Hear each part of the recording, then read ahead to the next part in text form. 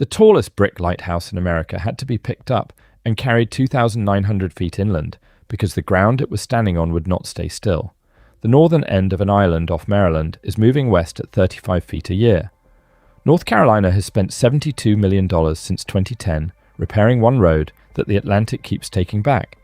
And underneath all of it, people are pumping so much water out of ancient sediment that the ground itself is compressing. At Norfolk, the land going down is doing more damage than the ocean coming up.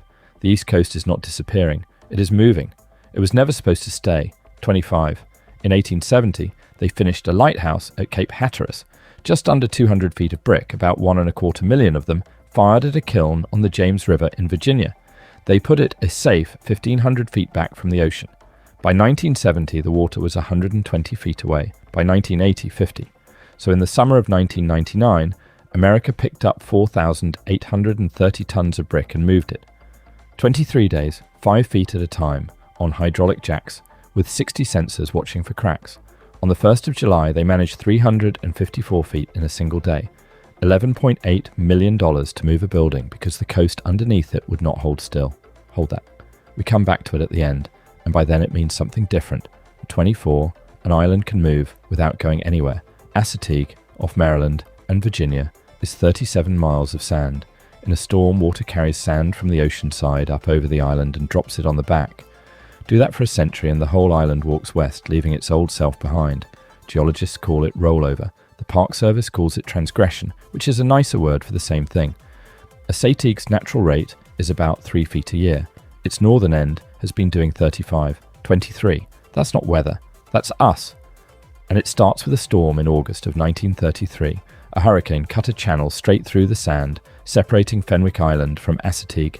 Ocean City suddenly had a harbour it had never had. Normally an opening like that closes again. Sand fills it back in within a few years.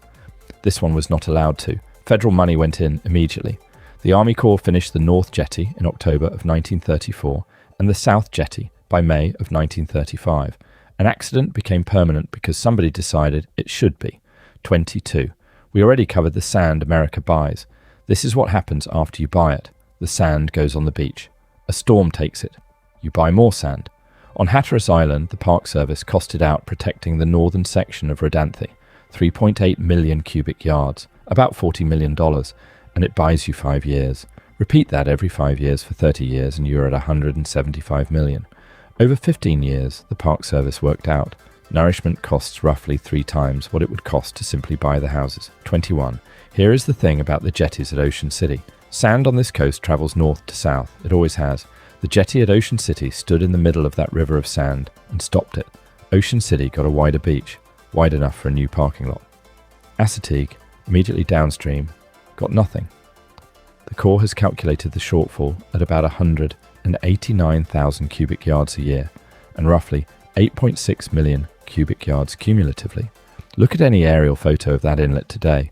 The two islands are offset by about 500 metres. Northern Assateague retreated a full island width. You cannot pin one piece of a coast without moving the piece next to it. 20. Houses are permanent. Barrier islands are not. This is the part that gets told wrong constantly. When a house on the outer banks ends up in the surf, the story is that the island is failing. The island is not failing. Moving is what the island does. The Geological Survey puts it plainly. Barrier islands may migrate landward in response to rising sea level if there is enough sediment to work with. The house is the thing that isn't moving. 19. And this is where it gets uncomfortable. The dunes people build to protect their houses can stop the island from saving itself. Overwash looks like destruction. Water pouring across the island, sand everywhere, the road buried. But the Park Service says the same process builds island height by deposition and pushes sediment into the sound behind, which is how the island gains ground on the backside while losing it on the front. Block the overwash with an engineered dune, and you keep the sand on the beach where the storm can take it, instead of letting it move to the back of the island where it stays. The Park Service said this to Congress. Dune building to protect developed villages disrupted the overwash processes that help sustain the island and made erosion worse. The storm that looks like it is destroying the island is sometimes the process keeping it alive. 18. Now the road. Highway 12 runs the length of the Outer Banks. Between 2010 and 2020, North Carolina spent just over $72 million repairing storm damage to it. That is repairs only. It does not include a single bridge. The bridges came separately, and 2 of them cost nearly $400 million between them. The second one does something remarkable. The Rodanthe jug handle leaves the island entirely, runs out over Pamlico Sound, and comes back down further along, because the stretch it bypasses could not be defended. The state has a name for the places where the road keeps losing. Hotspots. There are 7. Fixing them properly is priced at up to $613 million. 17. Some property lines are trying to outlive the land underneath them. In 1986, a man named David Lucas paid $975,000 for 2 lots on Isle of Palm, South Carolina, about 300 feet back from the beach. He was going to build houses. In 1988, South Carolina passed a law drawing a line based on where the shoreline had been over the previous 40 years and banned building seaward of it. His lots were on the wrong side. Now read what came out at trial, which is in the Supreme Court record. Between 1957 and 1963, that property was underwater. Between 1963 and 1973, the shoreline sat 100 to 150 feet inside his lot lines. For roughly half of the previous 40 years, all or part of it had been beach or flooded twice a day. It went to the Supreme Court in 1992, and Lucas won. The rule they set is narrower than it sounds. If a regulation strips land of all its economic value, that counts as taking it, and the state owes compensation, unless building there was already forbidden under the state's own long-standing property law. The court did not order anyone to pay, it sent it back. South Carolina settled, bought the lots and sold them again. There is a 5,000 square foot house on one of them now. 16. Back to the lighthouse. Before they moved it, they tried everything else. Sheep pile groins in the 1930s, beach nourishment in 66, 71 and 73, nylon bags full of sand in 1967, concrete groins the same year, a sandbag wall in 71, rubble in 1980, something called artificial seaweed. In 1936, the lighthouse service gave up entirely, abandoned the tower to the sea, and moved the light to a steel frame inland. It came back in 1950. In 1980, somebody proposed a concrete and steel seawall. It was rejected, and the reason is the best sentence in this whole story. A seawall would have held the lighthouse in place while the coastline kept retreating around it. It would have created an island. America finally stopped trying to move the ocean and moved the lighthouse instead. 15. Now go underneath. There is fresh water under the Atlantic coast, a layered stack of sand and clay running from Long Island down to North Carolina across 6 states, roughly 30,000 square miles on land, and closer to 50,000 if you count the part that continues out under the seafloor. About 20 million people live on top of it. In 1900, they poured 100 million gallons a day out of it. By the 1980s, over 1,300 million. 14. Take fresh water out of a coastal aquifer, and the ocean moves in underneath to replace it. Not over. The beach, under it. At Savannah, Georgia, a century of pumping reversed the direction the groundwater flows. Water that used to run out toward Port Royal Sound now runs back inland, and it is bringing salt with it. At Cape May, New Jersey, one observation well read, 16 milligrams of chloride per litre in 1975. By 2010 it read 1,154. Salt intrusion has forced that county to abandon 10 public supply wells and more than 100 domestic ones. The Atlantic does not have to cross the beach to take the coast. 13. Last time I told you the ground here is sinking because of a glacier that melted 20,000 years ago. That was true. It was not the whole story. At Sewell's Point in Norfolk, the Geological Survey measured relative sea level, rising 4.4 millimetres a year over the 70 years to 1999. That is among the highest rates anywhere on the American Atlantic coast. More than half of it is not the ocean rising, it is the land going down. The Geological Survey put the glacier at about 1 millimetre a year. The pumping side they measured directly in a borehole with an instrument called an extensometer, 1.5 millimetres a year at Franklin, 3.7 at Suffolk. Some GPS estimates put the glacier's share higher at 1 to 2.5 millimetres a year, so I won't tell you which one wins. What nobody disputes is that a serious part of Norfolk going under is people taking the water out from underneath it. 12. And some of that you can never put back. Between the sand layers, there are layers of clay. When you drop the pressure in the sand, water slowly drains out of the clay, and the clay compresses. Sand springs back, clay does not. Across this whole aquifer system, about 35% of the storage lost since the beginning is storage in those clay layers. That share is gone permanently. Recharge the aquifer tomorrow, and it does not come back. You can put the water back, you cannot put the space back. 11. So the Chesapeake is being squeezed from 3 directions at once. The ocean is rising, the land is going down from a combination of a vanished ice sheet and groundwater pumping, and salt is moving in through the ground from underneath. Water levels in the Virginia coastal plain have dropped as much as 200 feet since 1890. Wells that used to flow on their own now have to be pumped. Hampton Roads is trying to fix it by treating wastewater to drinking standards and injecting it back down into the aquifer.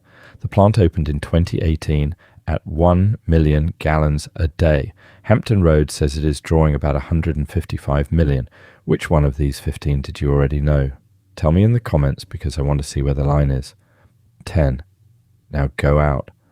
Last time we stopped at the edge of the continental shelf. This time we go over it. The shelf is about 120 miles wide off New England and about 20 miles off Cape Hatteras. It ends at a break somewhere between 100 and 200 meters down, 300 to 600 feet. That is the actual edge of the continent. The beach is just where you happen to be able to stand. 9. Cut into that edge are canyons. Around 40 of them breach the shelf outright. Count the smaller ones and you are past 70. The largest is the Hudson Canyon, running roughly 350 miles seaward, up to 7.5 miles wide. You will hear that it is deeper than the Grand Canyon. It isn't. Its floor sits 2 miles below sea level, but that is how deep the ocean is there. From rim to floor, the canyon walls run about 3,600 feet, and the Grand Canyons are over a mile. It is longer than the Grand Canyon, not deeper. Most of these canyons were carved during the ice ages, when sea level was far lower. They are not being cut today. 8. More than 1,000 places under the Atlantic are leaking gas out of the seafloor. In 2014, a survey found about 570. In April of 2024, a team led by Carolyn Ruppel published a reprocessed inventory in marine geology. More than 1,400 flares, resolving to about 1,139 unique seep sites between Cape Hatteras and George Bank. They cluster, and 47 of those clusters hold between 5 and 138 vents each. I want to be careful here because this is reported badly almost every time. The number did not double because new seeps opened. It doubled because we surveyed twice as much seafloor. Nor is this the methane bomb you have heard about. The Geological Survey's own review found that most of this gas is made by microbes in shallow mud, that most of it never reaches the atmosphere at all, and that conclusive evidence for hydrate methane getting into the air is lacking. 7. Entire ecosystems live down there on that gas. At the Baltimore Canyon Seep, about 400 meters down, there are dense beds of mussels. At the Norfolk Seep, around 1,500 meters down, one mussel bed covers about 14,000 square meters, with bacterial mats coating the sediment and the shells. The mussels don't eat. Bacteria live inside their gills and turn methane directly into food. At Baltimore Canyon, the dominant symbiont is a methane eater. At Norfolk, a minority are sulfur eaters instead. Same species of mussel, different chemistry, depending on what the seafloor is giving off. No sunlight anywhere in that system. The East Coast has ecosystems that do not need the East Coast above them at all. 6. Now go back 20,000 years and take the water away. At the peak of the last ice age, sea level was roughly 400 feet lower, and the Geological Survey is blunt about what that meant here. Much of the shelf south of Cape Cod was dry land. So was George Bank. Off New York, the mouth of the Hudson sat about 90 miles further out than it does today. We know what lived out there because fishermen keep dragging it up. In 1967, a paper in Science reported mammoth and mastodon teeth recovered by fishing boats from at least 40 separate sites on the continental shelf, in water as deep as 120 meters. One has a name on it. June 1965. The dragger Aloha, Master Magnus Isaacson, 46 miles southeast of Cape Henry, Virginia. Up came a mammoth tooth, 12.5 inches long, weighing 7.5 pounds. It went to the Smithsonian, and it has not stopped. In 2024, a clam survey boat pulled the jawbone of an extinct walrus off the same shelf, 2 teeth still in it. The Smithsonian catalogued that one too. There is a drowned American landscape down there. It comes up in the nets. 5. Here is the turn. The coastline is not a line. We have islands that walk west, sand that travels north to south, whether or not you own the beach it crosses. Salt water moving inland, underground, while the surface stays dry. Ground that sinks because of what was taken out from under it. And a continent that keeps going for another 100 miles past the last thing you can stand on. The map draws a line because a map has to. There isn't one. 4. And we put the most permanent things in America right beside the least permanent boundary in America. Ports, interstates, property lines drawn to the foot. The largest naval complex in the world at Norfolk, on ground that is going down while the sea comes up. None of that was stupid. The coast is where the harbours are, and harbours are where the money is. That is why anybody built here in the first place. It only becomes a problem when you assume the edge holds. 3. Every fix chooses what is allowed to move. A groin holds sand on one beach by taking it from the next one. A jetty keeps an inlet open and starves the island downstream. A seawall stops the land retreating but not the water, so the beach in front of it disappears. Nourishment moves sand from offshore onto the beach and the ocean moves it back. A dune protects the houses and stops the island rebuilding itself. None of them is stupid. They all work. At the thing each one was built to do, but there is no intervention on a moving coast that does nothing. There is only choosing which part gets to move and which part has to hold. 2. The only thing on this coast that actually moves with the coast is the coast. Assateague's north end walking west at 35 feet a year is not a malfunction. That is a sand-starved island doing the one thing available to it. Overwash burying the road is not the island breaking. It is the island rebuilding on the back side. We call it erosion because we put something in the way. That is not the whole truth, and I want to be honest about it. Some erosion is loss. Sediment leaves the system, sea level rises faster than sand can arrive, and islands do drown. The Geological Survey is explicit that migration only works if there is enough sand to work with, but a lot of what gets filmed as destruction is a coastline doing what it has done for 10,000 years, next to something we built and expected to stay. 1. For most of the last 10,000 years, the eastern edge of this continent moved. Sea level rose and fell. Storms opened inlets and closed them. Sand ran south along the shore and got handed from one island to the next. The rivers brought more of it down. Nothing about the arrangement was fixed, and nothing needed to be. Then we drew it. Roads, foundations, harbours, deeds recorded to the foot, bridges, a naval base, a 40-year erosion line written into a state statute. Every one of those is a promise that a particular piece of ground will be in a particular place in 50 years. The map went still. The coast did not. So look at what it has cost. $72 million in 10 years to keep one 2-lane road open. 2 bridges, $400 million between them, one of which gives up on the island and goes out over the sound. 189,000 cubic yards of sand a year, trucked and pumped to replace what a jetty took. Groins, seawalls, revetments, rubble, and artificial seaweed. A Supreme Court case about whether the state owes a man money for telling him not to build on ground that had been ocean for 6 of the previous 30 years. And in the end, at Cape Hatteras, after the groins and the nourishment and the sandbags and the rubble, somebody finally did the arithmetic and worked out that it was cheaper and more honest to move the building.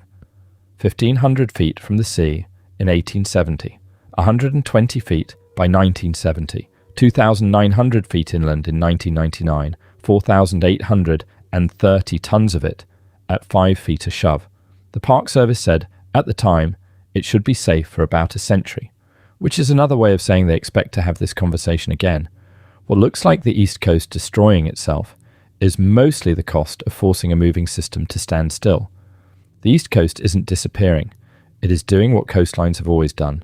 The strange part is that we expected it to stop. It was never supposed to stay. So tell me which of these 25 changes, how you'll look at that shoreline. Subscribe, and I'll keep going underneath America. This has been States Explained. Thanks for watching, and remember, the map only ever shows you the top.